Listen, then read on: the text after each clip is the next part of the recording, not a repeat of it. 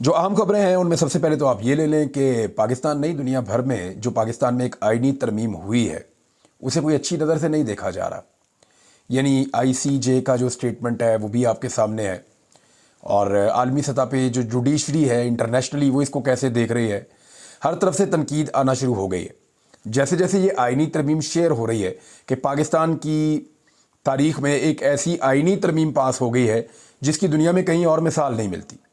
और पाकिस्तान जैसे मुल्क में जहाँ पे जाली हुकूमतें बनती हैं, जहाँ पे 4 मरतबा डिक्टेटर्स रह चुके हैं, जहाँ पे हुकूमतें बनने और उनके टूटने में इस्टेब्लिशमेंट का हाथ होता है, वहाँ पे अदलिया के ऊपर इस किस्म का कंट्रोल, इसका मतलब ये है कि आइंदा कोई भी इस्टेब्लिशमेंट अगर इस मुल्क में खेल खेलना चाहेगी तो अदलिया जो एक रास्ते की रुकावट होती थी वो आइंदा रुकावट नहीं रहेगी। तो एक बहुत इंपॉर्टेंट चीज़ है। बैन अवी मीडिया इसको रिपोर्ट कर रहा है, बरतानवी अखबार है बहुत बड़ा। पहले तो सबसे जो ट्रिब्यून की हेडलाइन थी कल सुबह की वो कमाल थी। द ट्रिब्यून ने जो लिखा था उन्होंने कहा जी ये तो अदलिया के पर उतर दिए इन्होंने इस आईनी तरमीम के ज़रिए से। फिर आप ये देखें द गार्डियन ने इसके अंदर क्या लिखा। द गार्डियन इसके अंदर लिखता है जी कि मेंबरान कौमी असम्बली या जो पार्लियामेंटेरियंस हैं उनको हरासा करके हुकूमत पाकिस्तान ने अदलिया के इख्तियारात और आज़ादियों पर पाबंदी लगा दी है। ये जनाब लिखा है इंटरनेशनल मीडिया ने, और बाकी मीडिया भी ऐसे ही लिख रहा है। डिटेल में क्या जाए, जो हमने किया है वो सबसे ज़्यादा तो हमें पता है कि हमने पाकिस्तान के अंदर पाकिस्तान के आइन के साथ क्या खिलवाड़ हमने कर दिया है। काजी फ़ायद ईसा साहब जो हैं वो एक मिसाल के तौर पे याद रखे जाएंगे। देखिए उनके पास अब आज आपकी शुरू हो गई है पाकिस्तान में 22 तारीख, तो 22 तारीख शुरू हो गई है, 23, 24 और 25, ये 22 को आप शामिल करें तो 4 दिन है। तो काजी फ़ायद ईसा साहब के आखिरी 4 दिन बाकी हैं और इन 4 दिनों के बाद वो माजी का एक किस्सा हो जाएंगे। लेकिन इंटरेस्टिंग बात यह है कि काजी फ़ायद ईसा साहब जिस अंदाज में रुखसत हो रहे हैं या जिस इज़्ज़त अफजाई के साथ उन्हें रुखसत किया जाएगा, या जो वकला उनको खिताबात दे रहे हैं, या जो बार्स उनको कह रही हैं, या जो यंग वकला सारे उनके बारे में बातें कर रहे हैं, या पाकिस्तान के पार्लियामेंटेरियन, पाकिस्तान के आम लोग, पाकिस्तान का सोशल मीडिया, पाकिस्तान के मीडिया वाले जिस अंदाज में काजी फ़ायद ईसा साहब को रुखसत कर रहे हैं और काजी फ़ायद ईसा साहब की खिदमत को याद रखेंगे, मेरे ख्याल में आने वाले जजेस को एक फैक्टर ये भी देखना पड़ेगा। जजेस को सिर्फ ये नहीं देखना होता कि उन्होंने सिर्फ मखसूस तबकात को जो है वो मैनेज करना है, नहीं, उन्होंने देखना होता है कि अगर वो नाइंसाफ़ी कर रहे हैं तो उसके ऊपर पब्लिक के अंदर इंप्रेशन क्या जा रहा है और उनका और उनकी आने वाली नस्लों का रिकॉर्ड क्या रहेगा। यानी काजी फ़ायद ईसा साहब अपने वालिद का बहुत नाम लेते थे, क्या उनका बेटा ओपनली निकल के दुनिया के किसी भी मुल्क में ये कह सकता है खुल करके मैं काजी फ़ायद ईसा का बेटा हूँ? ये कह सकता है? और ये कहने के बाद क्या वो फ़ख्र के साथ सीना फुला के लोगों के साथ गुफ्तगू कर सकता है? ये बड़ी मुश्किल हो जाएगी। ऐसे लोगों के लिए, उनकी फैमिलीज़ के लिए हमेशा मुश्किल रहती है जब आप मुल्की नौइयत के ऊपर इतनी बड़ी बड़े ब्लंडर्स करते हैं, ऐसे अजीब अजीब आप काम करते हैं, तो फिर उसका खुमियादा सिर्फ आपको ही नहीं आपकी नस्लों को भुगतना पड़ता है। और जब आप अच्छे काम करते हैं, बेहतरीन काम करते हैं, तो फिर आपकी नस्लें जो हैं वो उसको इंजॉय भी करती हैं। यानी कायदे आज़म की जो औलाद है लोग ढूंढ ढूंढ के लाते हैं कि जनाब ये फ़लाँ जगह से कायदे आज़म के रिश्तेदार हैं। अल्लामा इकबाल रहमतुल्लाह अलैह के बच्चे, उनके पोते वलीद इकबाल साहब, लोग उनकी इज़्ज़त क्यों करते हैं? अल्लामा इकबाल रहमतुल्लाह अलैह की वजह से करते हैं। वो इतना बड़ा दरख्त है जिसके साए में वो लोग सारे बैठे हुए हैं, तो हमेशा उसकी छाँव उनके साथ रहेगी। तो जो लोग नस्लों के लिए इज़्ज़त कमा जाते हैं वो भी होते हैं, और जो नस्लों के लिए इज़्ज़त गंवा जाते हैं वो भी लोग होते हैं। बहरहाल तारीख़ जो है वो बड़ी जालिम चीज़ है और तारीख़ का कूड़ेदान हमेशा अवेलेबल रहता है। अगर आप चाहें तो आप अपना नाम तारीख़ के कूड़ेदान में लिखवा सकते हैं। तो पाकिस्तान में कुछ लोगों ने फैसला किया और उनका नाम तारीख़ के कूड़ेदान में चला गया। इससे कोई फ़र्क नहीं पड़ता कि आप कितने बड़े ओहदे पे हैं, आप कितने ताकतवर हैं, आपका इन्फ्लुएंस कितना है, आप कितना ज़्यादा लोगों को नुकसान पहुँचाने की सलाहियत रखते हैं, लेकिन तारीख़ का कूड़ेदान आपके लिए अवेलेबल है। तारीख़ का कूड़ेदान जो है वो यजीद के लिए भी अवेलेबल था। तारीख़ का कूड़ेदान जो है वो मीर जाफ़र, मीर सादिक के लिए भी अवेलेबल था। तारीख़ का कूड़ेदान हर गद्दार के लिए, हर बागी के लिए, हर पीठ में खंजर घोंपने वाले के लिए, हर जालिम और जाबर के लिए वो अवेलेबल था। हिटलर जो है उसके बारे में मुख्तलिफ लोगों की आरा है। हर एक आदमी तारीख़ में अपना एक हिस्सा छोड़ कर जाता है, लेकिन बहुत सारे लोग ऐਵੇਂ ही चले जाते हैं, कोई उन्हें याद भी नहीं रखता। अब इसमें जो है वो एक और चीज़ मैं आपके साथ शेयर करता हूँ। बड़ा अहम नुक्ता जो है वो अब उठाया जा रहा है कि जस्टिस याया अफरीदी अगर चीफ जस्टिस ऑफ पाकिस्तान बना दिए जाते हैं, लेकिन कमेटी तो बन गई है, और कमेटी के हवाले से चंद चीज़ें मैं आपको बता दूं कि सारे नाम भी आ गए हैं। ज़रा नाम आपको बता ना दिए जाएँ कि कमेटी में किस किस के और कौन कौन से नाम हैं। इसमें जो है सबसे पहले जो कमेटी में नाम दिए थे वो पाकिस्तान पीपल्स पार्टी ने दिए थे, और पीपल्स पार्टी के बाद जो है वो फिर बाकी नाम आए थे। PMLN की जानिब से ख्वाजा आसिफ हैं जनाब, और एहसन इकबाल साहब हैं MNA, और MNA शाइस्ता परवेज़ मलिक साहब हैं। ये तीन उनके MNA हो गए। और उसके बाद जनाब पीपल्स पार्टी के जो MNAs हैं उनमें राजा परवेज़ अशरफ हैं और नवीद कमर साहब हैं।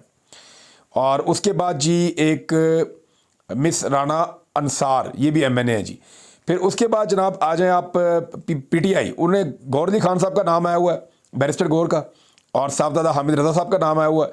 और फिर अब सेनेटर्स के 4 नाम आ जाएं तो यहाँ पे पहला नाम जो सेनेटर में है पीपल्स पार्टी के फ़ारूक H नायक, ये मुखालफत कर रहे थे लेकिन अब ये इसका हिस्सा है। अच्छा, इसके बाद जनाब आज़म नज़ीर तारड़, ये नून लीग की जानिब से आ गए, और अली ज़फ़र साहब आ गए बैरिस्टर PTI की जानिब से, और कामरान मुर्तज़ा साहब आ गए सेनेटर, ये फजल रहमान साहब की जानिब से। तो इस तरह जनाब ये पूरे हो गए। एक MQM का वोट भी है इसके अंदर, मिसिज़ राना अंसार जो वोट है ये MQM का वोट है। तो इस तरह जनाब ये फॉर्मेशन पूरी हो जाती है। अब 8 वोट हुकूमत के पास मौजूद हैं, जिसको चाहे वो जज बना दें। तो पाकिस्तान तहरीक इंसाफ के हवाले से एक सवाल है, वो मैंने उठाया भी था कि क्या पाकिस्तान तहरीक इंसाफ को इस कमेटी का हिस्सा बनना चाहिए। वो तो इसके खिलाफ थे। पाकिस्तान तहरीक इंसाफ या उनके चेयरमैन जो हैं, बानी चेयरमैन इमरान खान साहब, लीडर हैं इस पार्टी के, साबिक वज़ीर आज़म हैं, वो तो इस आइनी तरमीम में और इस जाली मैंडेट वाली हुकूमत में मानते ही नहीं है। तो जब वो एक चीज़ को मानते ही नहीं है तो उसके नतीजे में बनने वाली एक कमेटी का वो हिस्सा बन सकते हैं। टेक्निकल क्वेश्चन है, बाद औक़ात आपको कड़वे घूंट करने पड़ते हैं सियासत में, सिस्टम का आपको हिस्सा रहना पड़ता है, क्योंकि इमरान खान सिस्टम के अंदर लेके लड़ना चाह रहे हैं, सिस्टम के बाहर नहीं निकलना चाह रहे। वो आइन, कानून और सिस्टम के अंदर रहना चाहते हैं। ये बड़ी अच्छी बात है। लेकिन अब ये कमेटी के अंदर क्या पाकिस्तान तहरीक इंसाफ को रहना चाहिए? तो इसमें जो पॉलिटिकल कमेटी है पाकिस्तान तहरीक इंसाफ की, उन्होंने कहा जी इसका हिस्सा नहीं बनेंगे, इसके इजलास में शिरकत नहीं करेगी, पाकिस्तान तहरीक इंसाफ इसके इजलास का बाइकआउट करेगी। बहरहाल वहाँ पे फिर भी 9 वोट मौजूद है, बाकी वो बड़े आराम से अपना चीफ जस्टिस ले आएंगे। पॉलिटिकल कमेटी ने कुछ और फैसले भी किए, उन पर बाद में आते हैं। लेकिन पहले अगर याह्या अफरीदी बन जाते हैं चीफ जस्टिस या उन्हें बना दिया जाता है, तो 2 जो सीनियर जजेस हैं, यानी नंबर 1 के ऊपर जस्टिस मंसूर अली शाह हैं, नंबर 2 के ऊपर जस्टिस मुनीब अख्तर साहब हैं, नंबर 3 के ऊपर जस्टिस याह्या अफरीदी साहब हैं। अब सवाल ये पैदा होता है कि अगर पहले 2 को छोड़कर जस्टिस याह्या अफरीदी को बना दिया जाता है तो क्या पहले 2 रिटायर हो जाएंगे? क्योंकि सुपरसीड हो गए ना। मिलिट्री में आमतौर पे ऐसे होता है कि जब किसी जूनियर को आर्मी चीफ बनाया जाता है तो उनसे सीनियर जो हैं वो रिटायरमेंट ले लेते हैं, और वो कबल अज़ वक्त रिटायर होकर चले जाते हैं कि हम अपने जूनियर को सल्यूट नहीं कर रहे। लेकिन क्या यहाँ पे अदलिया में ऐसा होगा? ये एक बहुत बड़ा सवाल है। दूसरी एक और चीज़ है, जस्टिस याह्या अफरीदी को चीफ जस्टिस तो बनना है, चाहे वो पुराने तरीके से बने चाहे वो नए तरीके से बन तो वो सकते हैं। अब उनकी पड़ी हुई है मुबैना तौर पे, कुछ लोग बता रहे थे कि 8 साल उनकी सर्विस पड़ी हुई है। अभी उनके पास 8 साल की सर्विस बतौर जज मौजूद है सुप्रीम कोर्ट ऑफ पाकिस्तान के। तो क्या वो 3 साल के लिए चीफ जस्टिस बनना पसंद करेंगे और बाकी 5 साल की सर्विस अपनी ज़ाया कर देंगे, या वो 5 साल मजीद जज रहने के बाद 3 साल के लिए जज बनना पसंद करेंगे? ये बहुत इंपॉर्टेंट है याह्या अफरीदी साहब के हवाले से। एक और बात उठाई जा रही थी, पिछले वीलॉग में मैंने भी कहा था कि अगर जस्टिस याह्या अफरीदी इनकार कर देते हैं कि जनाब मैं नहीं बनता चीफ जस्टिस ऑफ पाकिस्तान, मेरे से 2 सीनियर लोग हैं, तो क्या फिर चौथा जज आ जाएगा? तो पहले परसेप्शन यही थी, लेकिन फवाद चौधरी साहब ने इसको क्लियर किया।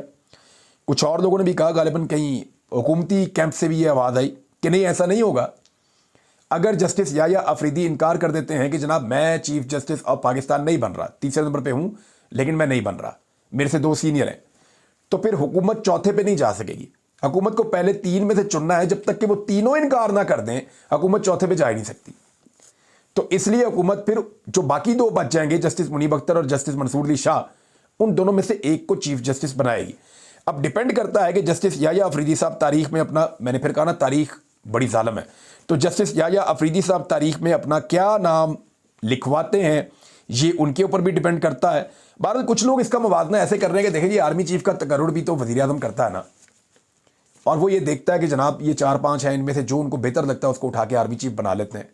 भाई आर्मी चीफ एग्जीक्यूटिव का हिस्सा है, आर्मी चीफ सरकारी मुलाजिम है, वो वजीर आजम के अंडर काम करता है, सदर पाकिस्तान उनकी कमांडर है, वो सबसे बड़ा ओहदा सदर पाकिस्तान के पास है। आर्मी चीफ का एक महदूद ओहदा है, अब पावर्स बहुत बड़ी उनको मिल गई हैं, ताकत बहुत ज़्यादा है, उसका इस्तेमाल बहुत गलत होता रहा है, लेकिन आर्मी चीफ एग्जीक्यूटिव का हिस्सा है, वो आज़ाद नहीं है, आज़ाद नहीं है, बंधा हुआ है, एग्जीक्यूटिव का हिस्सा है। वो अलग बात है कि ताकत बहुत है, लेकिन जो आपकी जुडिशरी है वो इंडिपेंडेंट होनी चाहिए, वो आज़ाद है, वो किसी की मोहताज नहीं है। लिहाजा जब आप अदलिया की बात करते हैं, चीफ जस्टिस की बात करते हैं, तो वो मैकेनिज्म अलग है, उसका तरीकाकार अलग होना चाहिए, वो आज़ाद है। आपने उसको बांध दिया है पार्लियामेंट के अंदर लाके, और इसी के ऊपर सारी दुनिया कह रही है, बल्कि पाकिस्तान का मजाक उड़ रहा है कि जनाब ये आपने क्या कर दिया है। बहरहाल जो पॉलिटिकल कमेटी है, इस पे ये चीज़ें मैंने आपके सामने रख दी कि याया अफरीदी साहब वाले इशू में क्या होगा। कुछ लोग क्लेम कर रहे हैं कि क्योंकि हुकूमत ने बांध लिया निज़ाम को और अब वो जजेस को बार बार परेशान कर सकती है हुकूमत, उनके पास इख्तियारात बहुत बढ़ गए हैं इस आईनी तरमीम के नतीजे में, तो मुमकिन है कि वो जस्टिस मंसूर अली शाह साहब को ही चीफ जस्टिस ऑफ पाकिस्तान बना दे। मुमकिन है कि उनके साथ बैठ के बातचीत की जाए, ठीक है जी ये चीज़ें हैं, मुमकिन है। लेकिन ये सारी आईनी तरमीम हुई क्यों है, इसका वन लाइनर है इमरान खान का रास्ता रोकना। रोको इस आदमी को, ये आ रहा बहुत स्पीड में आ रहा है, इसको रोको, इसको कैसे रोको। फास्ट बॉलर होता है ना, उसके लिए आप पहले पैड पहनते हैं, फिर ग्लव पहनते हैं, फिर थाई लगाते हैं, फिर आप उसके लिए और गार्ड्स पहनते हैं, फिर टांगों के बीच में गार्ड पहनते हैं, फिर आप सर के ऊपर हेलमेट भी पहनते हैं, बाद लोग पसलियों के ऊपर भी लगा के पहनते हैं या कोहनी के ऊपर भी पहनते हैं। तो इमरान खान जो है वो फास्ट बॉलर है, तो एक के बाद एक गार्ड लगाकर देखा, वो रुक नहीं रहा, काबू नहीं आ रहा। तो उसके लिए अभी एक आईनी तरमीम की गई है और कोशिश की गई है कि इसका रास्ता रोका जाए इमरान खान का। लेकिन क्या रोक सकेंगे? जो पॉलिटिकल कमेटी है पाकिस्तान तहरीक इंसाफ की, उन्होंने जी फैसला किया है कि फौरी तौर पे ये जिन लोगों ने पार्टी के साथ इमरान खान के साथ गद्दारी की है ना, इनका मुहासबा किया जाए, इनको शोकाज नोटिस भेजे जाएं, इनसे जवाब तलब किए जाए और इनसे पूछा जाए कि जनाब आप किधर थे।